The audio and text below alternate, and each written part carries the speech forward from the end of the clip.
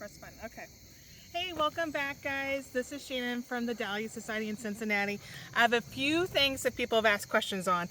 And first, I want to tell you guys, make sure you read your show program, and that's found on cincy.org underneath the events page, and you'll scroll down, you can click that, and you can download the show program, because that's going to help you figure out your first question that I've gotten.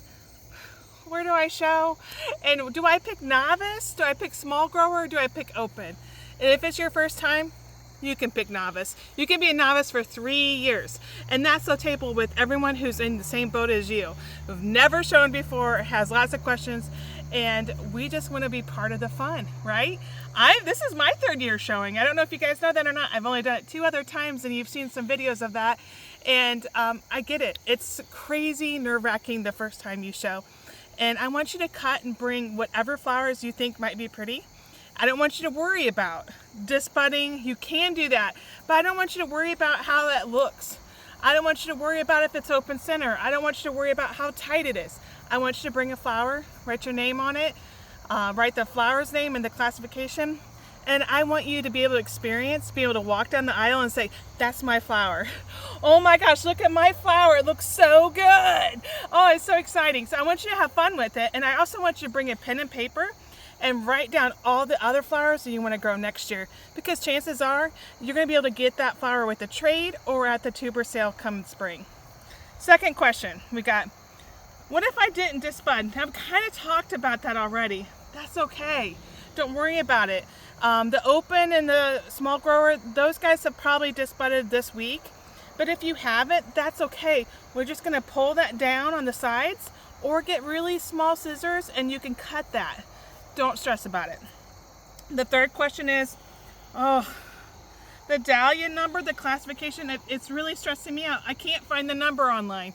Well, guys, the number online is for ones who have been submitted in the ADS classification handbook. So there's a lot of pretty flowers out there who are cut flowers. And we're right next to one, and this one is in bloom right now. It's Levi's Confessor. You're not going to find this one in the book because it hasn't been submitted yet, or it hasn't been shown in a show yet. So you have to win 2 blue ribbons to be in the book of classification. And that's a new one, and that breeder did not choose to go the path to get it in the book. That breeder probably thought, this is a lovely flower, I think everyone's gonna like it, and they're right, because I love it too. It's awesome. So don't worry if there's not a classification number. Grab a judge, and that judge will be able to tell you where to put it on the table and give you a number. The Dahlia site, Dahlia.org site is down today. Yep, it is. That's what we've told you to use this whole time, and the site is down. No problem. I want you to go to Google. I want you to search. Well, none of these are in the book, actually. This one is right here. I want you to search your flower's name. This is Gets Attention. And then on the second part of that, I want you to search Gets Attention Classification. And I'm 99% sure you're going to be able to find the class number that way. If not, write down the name and we'll help you. Do I need leaves on my flower?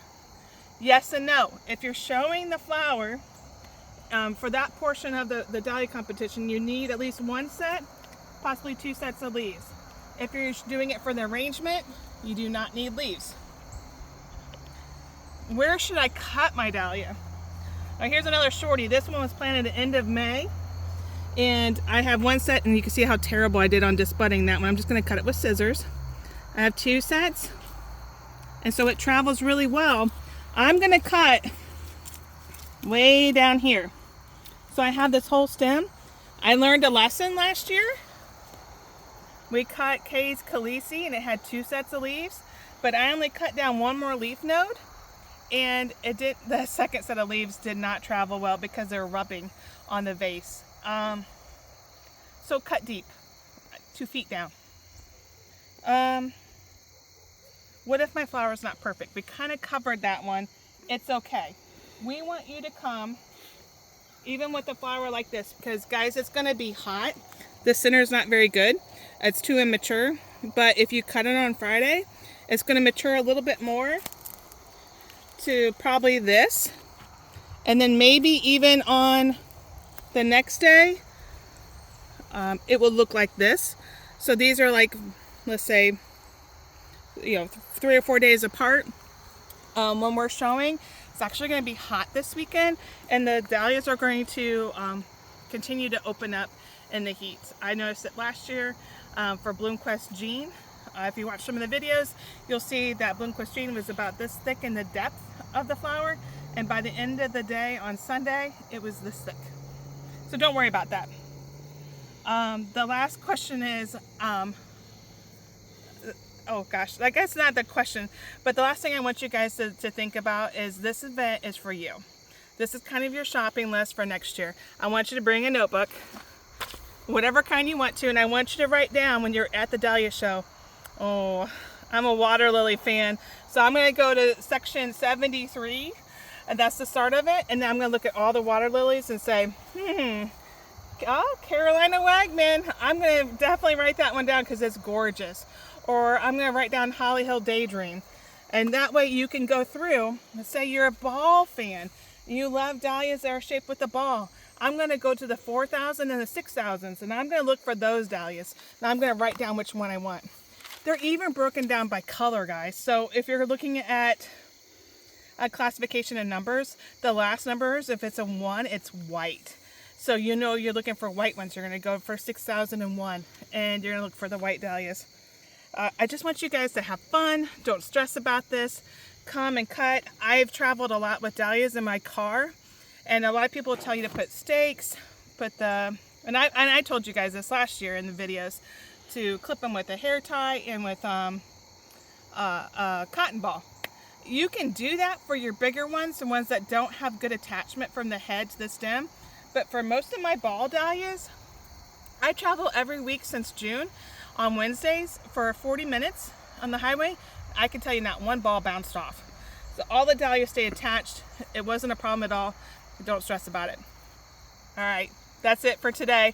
I hope you're planning and you're having a good time getting those classification numbers, because that's actually going to take away some time at the staging if you don't do it ahead of schedule. And have fun with it. We'll see you guys on Friday or Saturday and Sunday. But Friday is the setup at Delhi Flower and Garden Center. See you soon. Bye.